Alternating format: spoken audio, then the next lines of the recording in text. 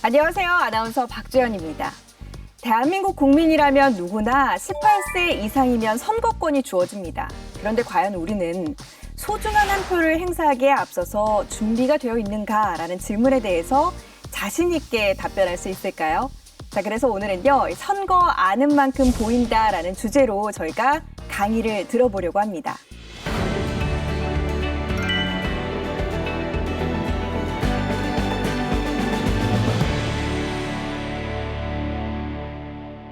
고대 아테네 민주주의에서는 이 선거가 중심적인 제도는 아니었다고 하는데요. 귀족정적 속성을 지닌 선거제도가 민주주의의 핵심 도구로 발전하게 된 역사적인 배경은 무엇이었을까요?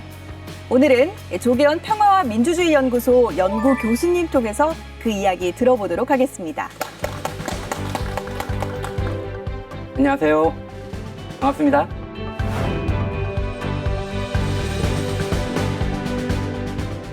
민주주의의 핵심 도구 하면 당연히 선거가 아닌가요? 그래서 선관위에서도 선거가 민주주의의 꽃이다 이런 광고도 하고 그러지 않습니까? 우리가 이제 선거가 아주 정상적으로 부정선거 없이 치러졌다고 가정을 해봅시다. 그랬을 때 여러분의 경험 속에서 과연 선거가 이럴 때는 나는 좀 민주적이었던 것 같다. 민주적이라는 생각이 들었다. 또 이럴 때는 좀 선거가 별로 민주적이지 않다. 이런 생각이 들었을 경험이 있었을 거라고 생각하는데 어떨 때 나는 선거가 별로 민주적이지 않다고 느꼈는지 혹은 민주적이라고 느꼈는지 먼저 한 분씩 얘기를 해주시면 좋겠습니다. 제가 생각하기에 우리나라에서 선거가 민주적이었던 사례를 생각을 해보자면 저는 최근에 있었던 4.15 총선이 가장 먼저 떠오르는데요.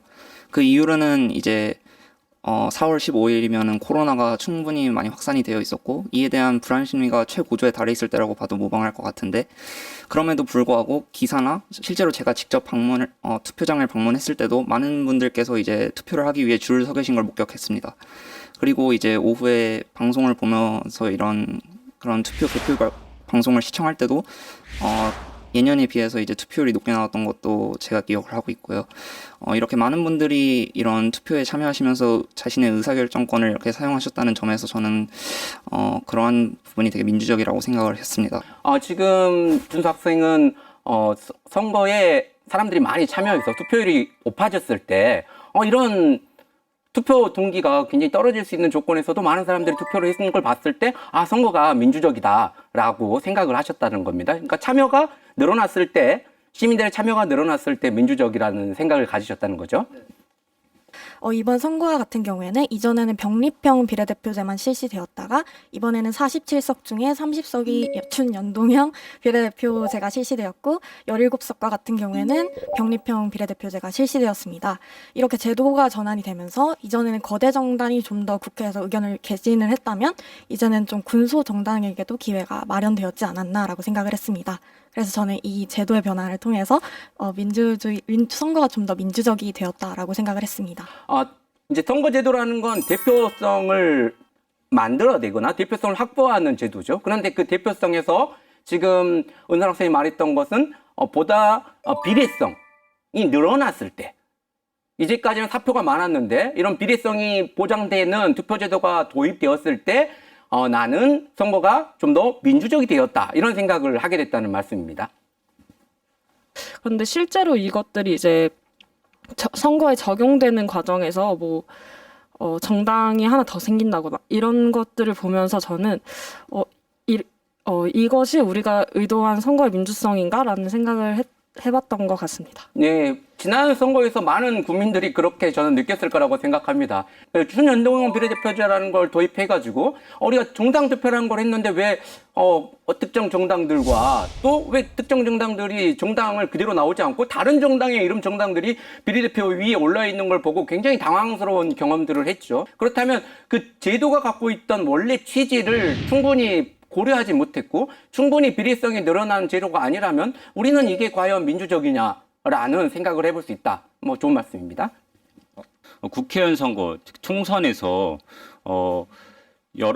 다수의 후보자가 출마를 선언했는데 그 중에서 과반도 득표하지 못한 후보자 한 명이 그 지역구를 대표한다는 것, 그것이 과연 대표성 측면에서 정당화될 수 있는가? 그럼 나머지 후보자의 의견은 반영되지 못하는 것인가라는 측면에서 우리가 투표한 그 한 표가 과연 정말 비례적으로 그 선거 결과에 영향을 미치고 있는가라는 측면에서 비민주적일 수도 있겠다라는 생각을 해봤습니다. 네, 우리나라는 일단은 비례대표제가 있긴 있지만 그래도 절대 다수는 소선거구제에서 단순 다수제로 하고 있죠. 단순 다수제의 특징은 무조건 그냥 투표만 많은 사람이 되기 때문에 사실 투표 안 한 사람 비율, 만약에 투표율이 한 60% 됐다 그러면 60%의 투표한 사람 중에서 당선된 사람이 50% 미만, 즉 한 35%나 40%로 당선됐다면 실제 지역구에서 전체 사람 중에 한 뭐 20, 30% 정도밖에 지지를 안 받고 그 사람이 대표가 되는 게 아니겠습니까? 그렇다면 이게 과연 대표로서 정당성을 가지는 것이냐, 가질 수 있느냐라는 의문을 제기할 수 있다는 말씀이죠.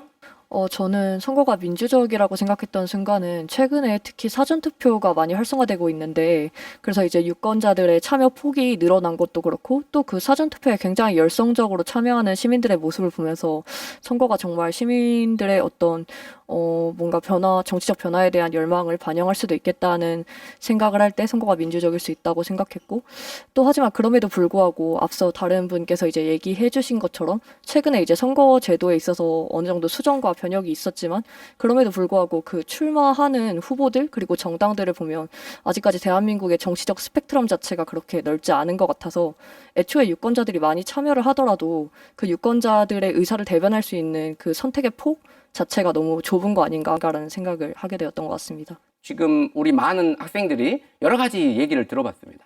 선거는 보통 이제 영어로는 일렉션이라고 하죠. 근데 일렉션이라는 단어와 엘리트라는 단어가 있습니다. 엘리트와 일렉션이 어원이 같아요. 그 말은 뭐냐면 선거라는 제도는 뭔가 뛰어난 사람들을 뽑는다는 겁니다. 그런 면에서 본다 그러면 아테네 사람들은 선거가 그닥 민주적이지 않다고 생각했습니다. 민주주의 정의는 기본적으로 데모스크라티아라는 말에서 나왔다고 얘기됩니다. 그러면 이제 데모스의 힘 혹은 뭐 인민의 힘 이렇게 번역됩니다. 그러면 인민이 힘을 갖는다는 게 뭔가?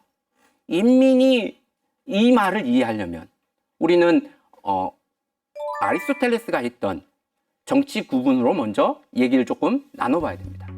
가장 최초의 비리정치학자라고 불릴 수 있는 사람이 우리는 아리스토텔레스라고 얘기를 합니다. 아리스토텔레스는 당시 그리스 주변에 있는 여러 도시국가들의 정부 형태 이런 거, 헌법 이런 걸 연구를 하면서 크게 세 가지 형태로 정부 형태를 분류를 해봤어요. 뭘 가지고 분류를 했냐면 통치자의 수를 가지고 분류를 해봤습니다. 통치자가 한 명일 때 그걸 왕정이라고 한다. 통치자가 소수일 때 그걸 귀족정이라고 하고 다수일 때는 그냥 모호하게 놔뒀어요. 그냥 폴리티, 정체 이렇게 놔뒀습니다. 그런데 이제 이게 잘 작동할 때, 즉 왕이 우리나라 세종대왕처럼 통치를 굉장히 잘해가지고 공공의 이익을 위해서 통치를 할 때, 왕정이 잘 돌아갈 때를 왕정이라고 부르고 그렇지 않고 폭군이 나왔을 때를 참주정이라고 불렀습니다. 그래서 왕정이 참주정으로 타락할 수가 있는 거죠. 군주정의 제일 문제는 그러니까 군주정이나 왕정의 문제는 세습을 통해서 정권이 이양된다라는 겁니다. 세습의 형태라는 제도적인 장치를 통해서 권력이 이양이 이루어져요. 근데 그 과정에서 선거제도의 문제는 뭐냐면 세종대왕처럼 굉장히 뛰어난 사람들이 왕이 되면 좋은데 그렇지 않고 이상한 사람들이 왕이 될 수 있다는 거죠. 내 자식을 낳았는데 내 자식이 뛰어날지 아닐지는 모른다는 점에서 이 왕정은 문제점을 가지고 있고 그래서 왕정은 참주정으로 타락할 수 있다고 봤습니다. 반면 귀족정 같은 경우는 귀족들이 정말 자기의 사적 이익을 추구하지 않고 공공의 이익을 위해 희생하고 큰 공익을 위해서 정치를 할 때 그건 귀족정이 잘 돌아간다고 볼 수 있는데 그렇지 않고 이들이 특권층이 돼가지고 재화나 이익 같은 것들을 추구하고 통치를 통해서 자기들의 이권을 챙기려고 할 때 이런 걸 과도정으로 타락한다고 봤습니다. 그리고 다수의 지배 체제가 타락했을 때를 우리가 흔히 부르는 민주정이라고 부르는 정체가 된다고 얘기를 했던 거죠. 그래서 아리스토텔레스의 개념에서는 다수가 통치하는 체제가 잘 돌아가는 세계는 머릿속에 경험적으로 별로 없었다는 겁니다. 우리 인류 역사의 긴 역사를 보면 사실 세습제가 사라진 거, 신분제가 사라지고 모든 사람이 동등한 권리를 갖다고 가정되는 거. 이건 굉장히 최근에 근대에 와서야 가능했던 변화죠. 그 전에는 대부분의 사회가 다 세습제적인 형태로 이루어져 있었습니다. 그러면 한 사회에 귀족들도 있었고 어떨 때는 왕도 있었다는 거죠. 여전히 지금도 영국 같은 경우는 왕이 존재하지 않습니까? 이런 신분제적인 사회를 가정했을 때 그 신분제적인 사회에서 누가 통치 핵심적인 권리를 행사하느냐에 따라서 정치 체제의 중요한 특징들이 변별된다고 봤다라는 거죠. 그런 측면에서 본다 그러면 민주주의라는 것은 다수라는 보통 사람들, 그냥 평범한 사람들이라고 불렀던 사람들이 과연 정치적인 권력을 행사했던 체제라는 의미에서 민주주의라고 불렀다는 겁니다. 그런데 이 민주주의가 그러면 우리가 보통 처음 이루어졌던 것, 지금 아테네를 얘기하고 있지만 아테네 민주주의라고 얘기를 합니다. 그러면 많은 사람들이 아테네 민주주의 하면 직접 민주주의라고 얘기를 하죠. 그럼 직접 민주주의에 대한 여러분의 인상? 여러분이 생각했던, 여러분이 배웠던 직접 민주주의란 건 무엇인가요? 직접 민주주의라고 하면 대의민주주의의 한계를 극복할 수 있는 하나의 대안이라고 생각이 되기도 하지만 오히려 중우정치로 흘러서 민주주의를 퇴행시킬 수 있는 요소가 있는 것이라고 생각을 했습니다. 예, 대의민주주의하고 대비시켜가지고 직접 민주주의가 많이 얘기 나오죠. 그러니까 보통 직접 민주주의라면 시민이 직접 정치를 한다. 그럼 그게 좋은 것이냐? 그럼 여기서 나타나는 우리의 생각은 뭔가 대의민주주의라는 건 대표를 통해서 하는 거고 직접 민주주의라는 건 시민이 직접 하는 거. 그러면 도대체 시민이 직접 어떻게 한다는 겁니까? 우리가 보통 직접 민주주의 하면 많은 사람들이 학생들이 떠오르는 첫 번째 개념은 민회. 즉 민회라고 하는 언덕, 민회가 있었던 언덕, 아테네 언덕에서 사람들이 모여가지고 손 들고 이거 어떻게 할까요? 그러면 이렇게 합시다, 이렇게 합시다, 이렇게 해가지고 결정했던 체제. 근데 아테네 민주주의에서 기원전 4세기나 5세기 지금 말씀드리는 여기에서 민회의 정족수가 몇 명이었냐면 민회가 열릴 때 정족수가 6,000명이었어요. 자, 우리가 100명이 여기에 모여가지고 뭔가를 손으로 들어서 이거 이 법안을 통과시킬까요 말까요 결정할 때도 쉽습니까? 쉽지 않습니까? 쉽지 않죠. 왜냐하면 우리 지방 방송이 많아집니다. 인원수가 점점 좀만 사이즈가 커져도 여러분 중국집에 가서 먹을 걸 시켜가지고 뭐 먹을래 결정할 때도 이게 결정하기가 쉽지 않아요. 그렇잖아요. 그런데 6,000명이 그렇게 결정을 했다. 그게 가능했을까요? 분명 그렇게 결정한 건 맞습니다.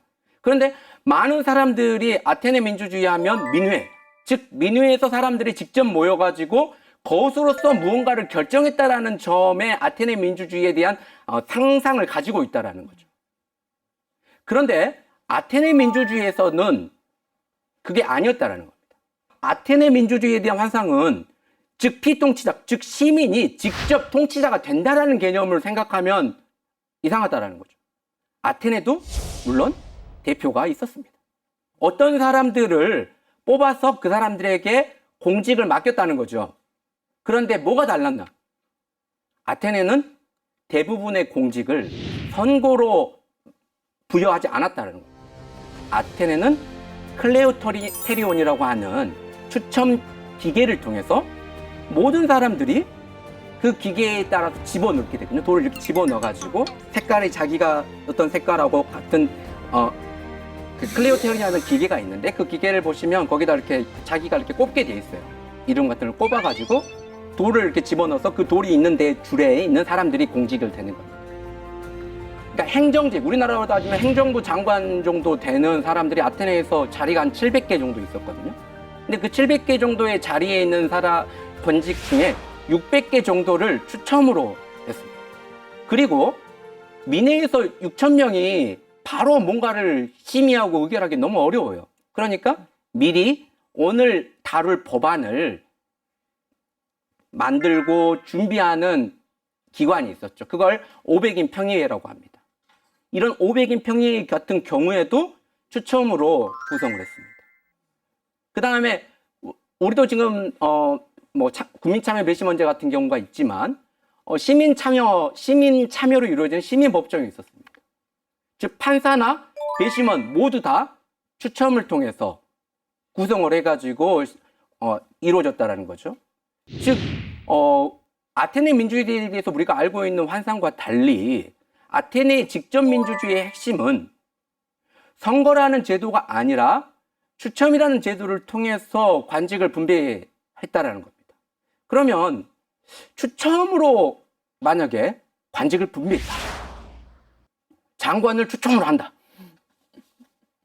그럼 어떤 문제점 혹은 드는 생각이 뭘까요? 우리 아나운서님 무슨 생각이 드십니까?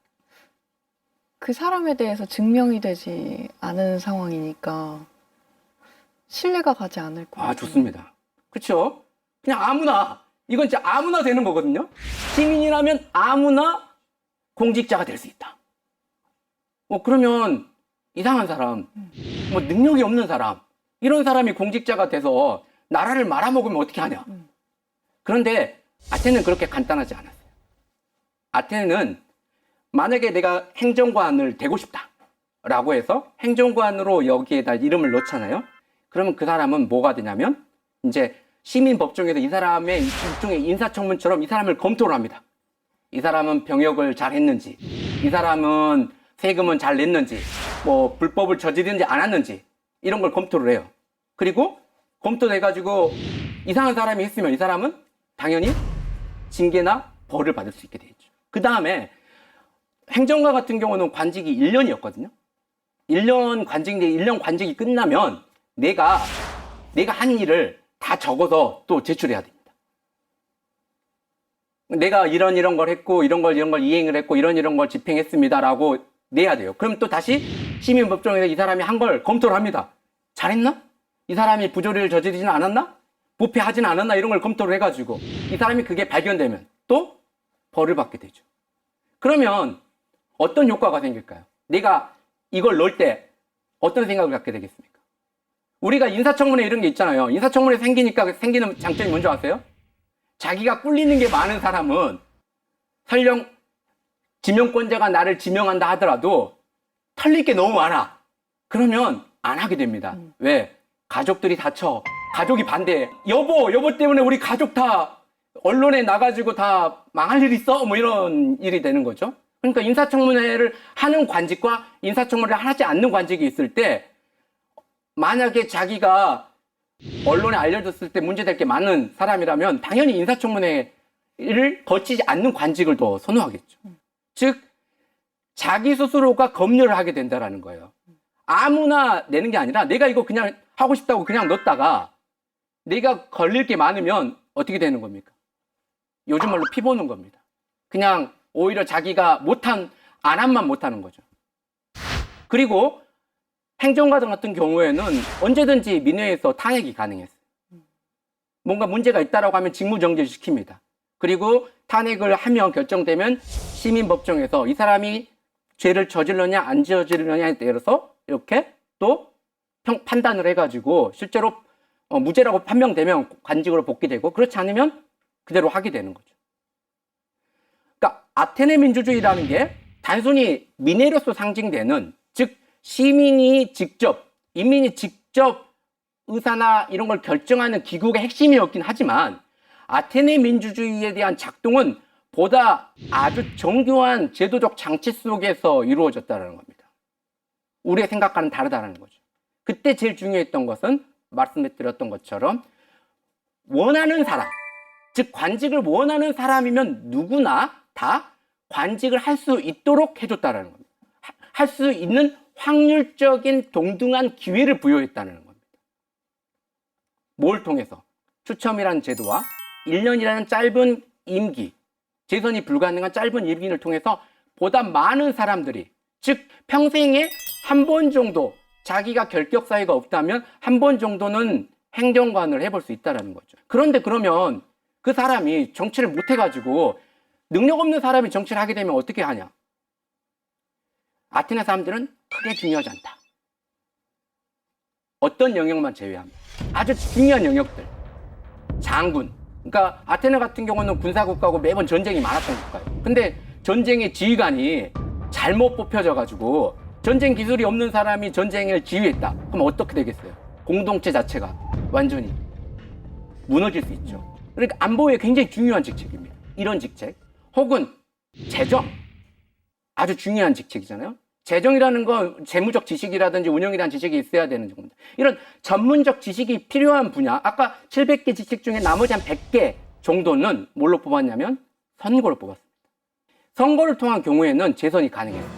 그래서 아테네의 굉장히 유명한 정치인이라고 알려진 뭐 페리클레스라든지 포키온이라든지 이런 장군들이 있거든요. 이런 장군들은 몇십 년 동안 실제로 그 장군 직위를 했습니다. 그러니까 아테네는 전문성이 요구되는 제한된 영역의 공직은 선거로 뽑고 그렇지 않은 대부분의 영역은 모든 사람들이 모든 시민들이 원하면 할 수 있게 했다라는 거죠. 누구나 양심과 정의감만 가지고 있다면 제우스 신이 부여한 양심과 정의감만 있다면 누구나 다 뭘 할 수 있다. 정치적 판단을 할 수 있다. 그 정도의 정치적 판단. 그래서 모든 시민들은 동등하게 정치적 판단의 자질들을 가지고 있기 때문에 공직을 할 수 있는 기회도 누려야 한다고 생각했다. 그래서 아리스토텔레스는 이렇게 말했어요. 정치학 6권 2장에서 자유의 한 구성 요소는 다스리고 다스림을 받는 것을 번갈아 하는 것이다. 즉 1년 전에는 내가 행정관이었어. 근데 끝나면 나는 뭐가 돼야 되는 겁니까? 그 행정관의 결정에 영향을 받는 그냥 시민이 되는 겁니다. 그러면 내가 임기 1년 동안 이렇게 생각하는 거예요. 내가 임기 1년 동안 결정을 하지만 나는 언제든지 다시 또 그게 끝나면 언제든지 뭘로 갑니까? 그냥 일반 피통치자가 되는 겁니다. 내가 피통치자지만 또 통치자가 될 수 있어요. 그러니까 아테네 사람들이 생각하기에는 이런 방식을 통해 생각하면 통치자가 자기의 재임 기간 중에 어떻게 생각할 수 있다? 피통치자의 의견이나 견해를 조금 더 밀접하게 생각할 수 있다.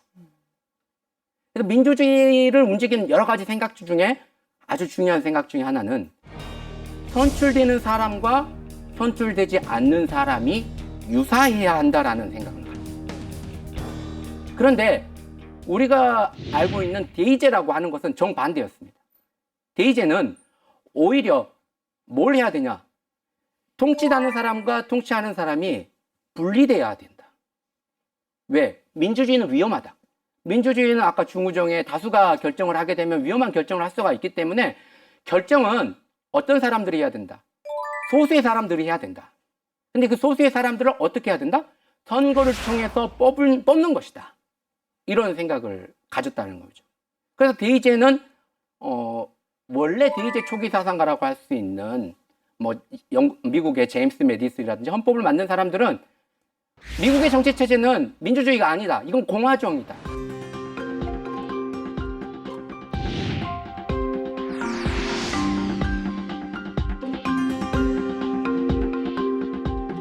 공화정은 대의제에 기초하고 대의제는 민주주의보다 더 뛰어나다. 왜?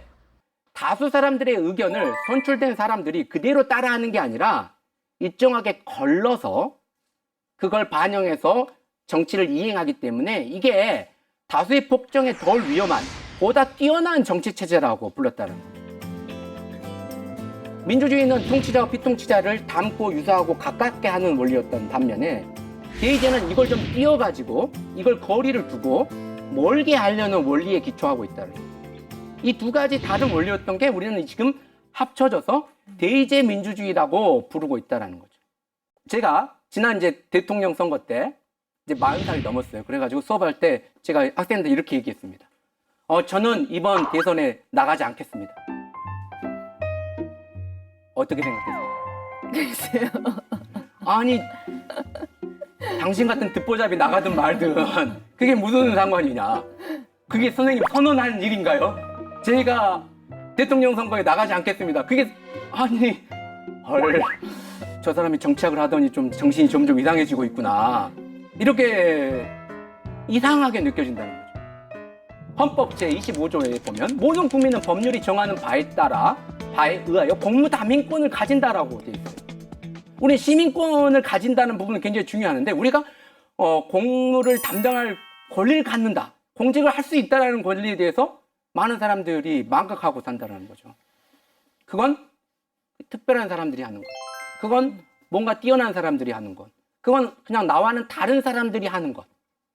것이라고 생각한다는 겁니다. 그러나 여전히 그 정부의 공직이라는 것은 누구에게나 일정한 요건이 갖춰진 시민에게 누구에게나 열려져 있는 것인데도 불구하고 우리는 이걸 망각해버렸다는 거죠. 그리고 여러분은 다 무슨 생각만 합니까? 선출된 사람이 어떻게 하면 좀 더 시민의 의사를 반영할까? 선출된 사람이 어떻게 하면 좀 더 일반 사람들과 비슷한 비례성을 가질 수 있을까? 선출된 사람이 어떻게 하면 더 다양성을 가질 수 있을까? 이런 생각 속에만 갇혀 있고 우리는 우리가 정치라는 건 누구나 하는 거다. 나도 할 수 있는 거다라는 생각을 갖지 않게 됐다는 거죠. 그건 이제 근대로 넘어오면서 정치적 대표를 뽑을 때 우리는 뽑을 때 왜 민주적이라고 느낍니까? 아까 말했던 것처럼 내 표가 이 사람을 뽑는 데 작용했다. 내 표가 이 사람을 대표로 만들었다. 즉 정치적 정당성, 그 대표가 갖고 있는 정치적 정당성을 나의 투표를 통해 동의하는 행위를 통해 그 사람에게 정당성을 부여했다는 원리가 근대에 등장하게 됩니다. 이 생각이 지배적으로 작용하게 되면서 뭐가 사라지게 됐다? 관직은 누구나 할 수 있다는 원리, 관직을 누구나 할 수 있도록 보장해야 한다는 생각은 점점점 사라지고 투표를 통해서 특정의 사람들을 뽑고 그 사람들만 통치를 하도록 맡기는, 그러나 선거는 그 사람을 떨어뜨릴 수 있는, 주기적으로 선거를 반복하지 않습니까? 그래서 내가 마음에 안 들었던 사람, 이런 사람들을 떨어뜨릴 수 있다는 점에서 민주주의, 인민의 편결, 그러니까 다수의 판단이 작동하죠. 그럼에도 불구하고 다수의 사람들은 자기가 직접 통치한다거나 자기가 정치를 할 수 있다거나 이런 생각들은 사라진다는 겁니다. 오늘 얘기는 여기까지 하겠습니다. 감사합니다.